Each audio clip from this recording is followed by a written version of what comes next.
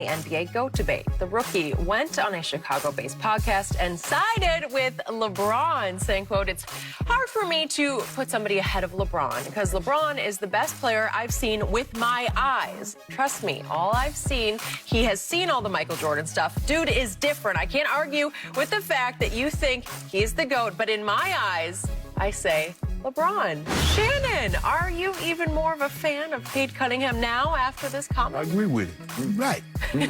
So, Skip, this generation of players grew up watching LeBron.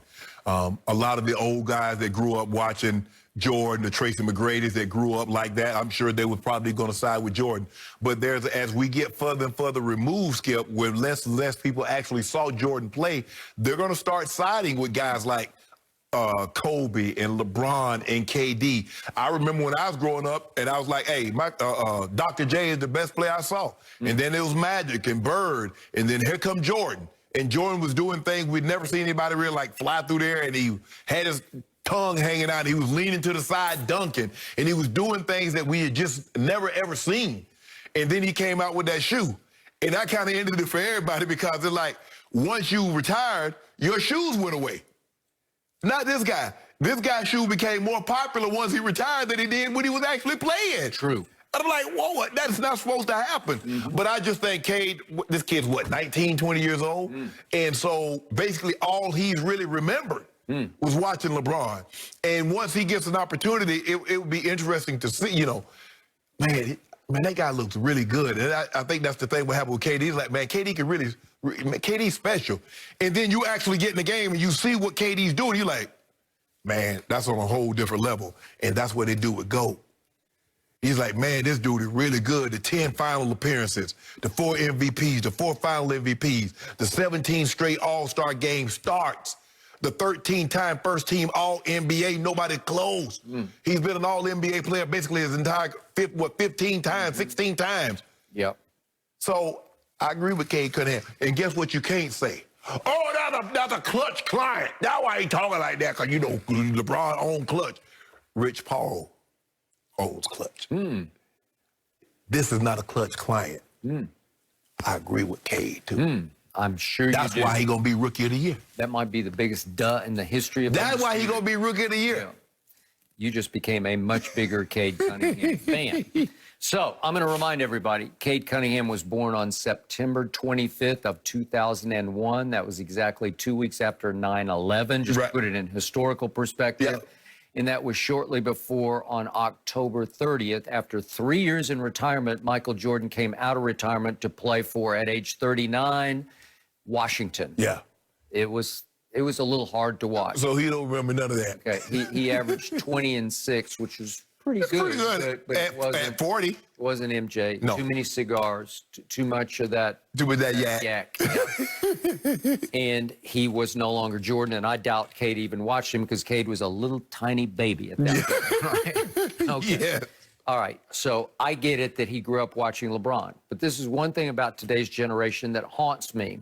When I was a little kid, I never watched Babe Ruth play live, but I knew all about Babe Ruth, and I didn't even have the internet because I just got my hands on books, and I heard people talk about him. Man, ain't nobody read no more like that, Skip. Okay, but I was in awe of Babe Ruth because I could look at the numbers and I'd say, he did that? Yes. And you look at the on-base percentage and you just say, he just dominated the game. It's just like ridiculous. He was hitting more home runs than teams. And then you look at his early pitching stats and you say, he did that too on top of that? Yeah, he was Shohei Ohtani before he was. Okay, so at least I had huge respect for Babe Ruth, but I never saw 1 second of Babe Ruth actually playing baseball. Right.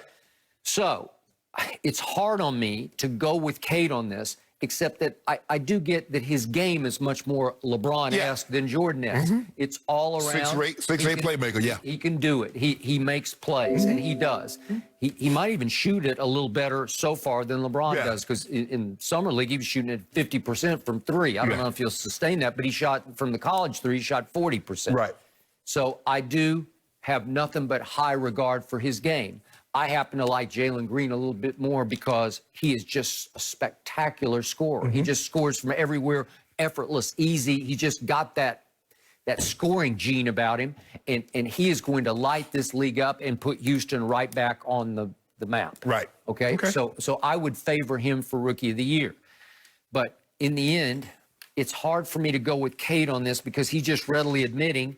I always say I've been able to see LeBron. I was never able to be around and see full games and know all the storylines going into games with Michael Jordan. Right. Well, I don't know what he was doing during the pandemic. Did he see The Last Dance? I don't know if he did or not. I mean, you know, it's something to be said. Watching me, I was able to go to the Olympic trials when they had the Olympic trials in 1996. And to watch Michael Johnson run the 200 meters, to watch Michael Johnson when he broke the world record, to watch him run the 400 meters, Skip, to watch it on TV and to watch it in person is something entirely. You've been to sporting events your whole career. Watching it on TV don't do it justice as when you see it in person.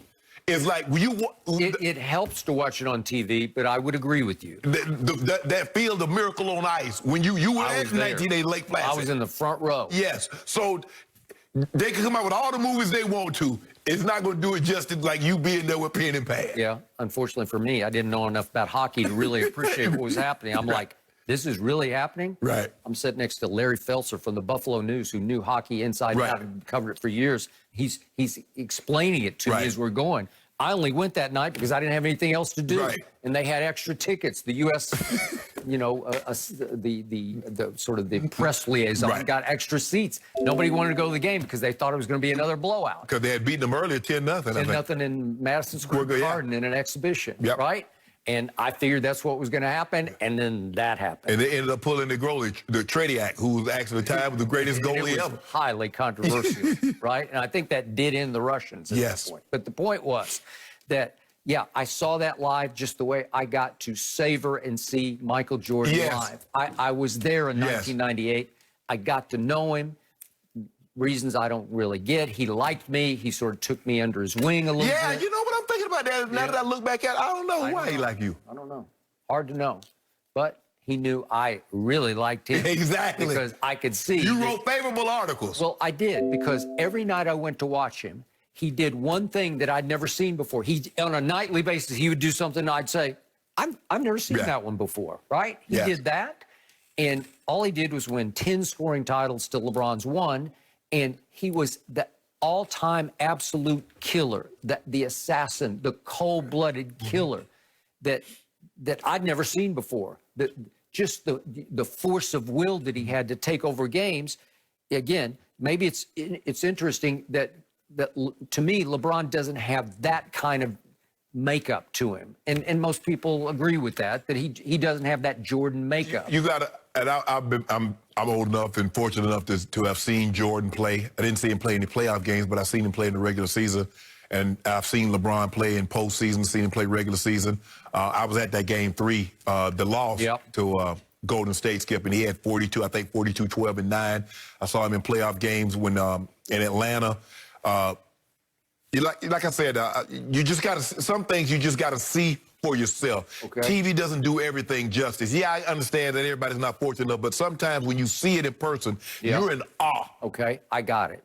But I'll boil down LeBron and MJ as LeBron, nice guy. MJ, really not a nice guy. But you can see that in The Last Dance, right? That was He's different. He's very different. And Cade did say, dude is different. Well, that's an understatement. Yeah, he was like rare, like he was one of a kind. So the point is, I think Cade's nature is more, it gravitates more to LeBron's nature, because Cade seems like a good kid. You know, he's got good leadership skills, and yet is he a cold-blooded killer? Is he a tough guy? I think the thing, Skip, the problem is that everybody tries to equate LeBron to Jordan. Their makeup, their games are totally different. LeBron's makeup, his game is Magic Johnson. It is. Yep, I agree. Kobe's makeup is Jordan. It is, and was. His mindset, the way he behaved, the way he played, that's Jordan. Everything about LeBron is Magic Johnson. Yep. And if you've ever met Magic Johnson will meet you and make you feel like he's known you for 25 years. Man, how you doing, man? Damn, Magic, you just met me. How your family? Man, how your brother doing? Yep. Your family good? True, Magic just has a way of making you feel like, dude, man, I've been doing Magic. I've been doing Magic 5 minutes. He got me thinking I've been doing it 25 years. Agreed. Okay. Jordan will acknowledge you, but Jordan,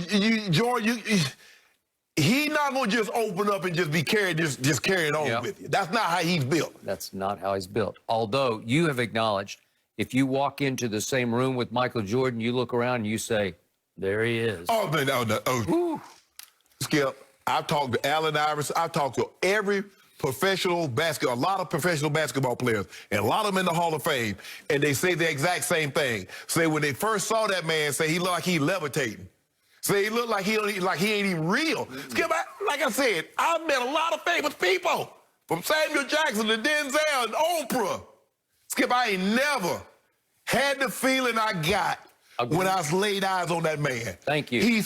I still don't, and every time I see him, I'm like, that photo don't even look real. Not real. I'm looking at the ground, I'm like, he's standing, but he gotta be levitating. Agreed. That's what Cade is missing here. I'm just telling you, hey. Yeah.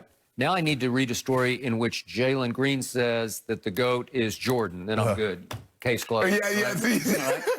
Oh, that's what you wait for. You wait for him to come out. Yeah. But what if he said the GOAT is LeBron? Well, now you're going to take back your hope for he win the Rookie of the Year. Yeah. Come on. You got to wise up. You got to be mature beyond your years. Yeah, but it's I ain't going to lie, Skip. Like I said, I've never met Tiger, never seen Tiger Woods. But that guy? Yeah, I don't think it's like that with Tiger. Yeah. I got it. Skip, you know what? I just wish people. I mean, I know. Look, and I'm not finna be blasphemous and sacrilegious when Jesus was coming through, and the lady said, "I just want to touch the hem of his garment," Yep. and she was healed. But I just wish everybody could just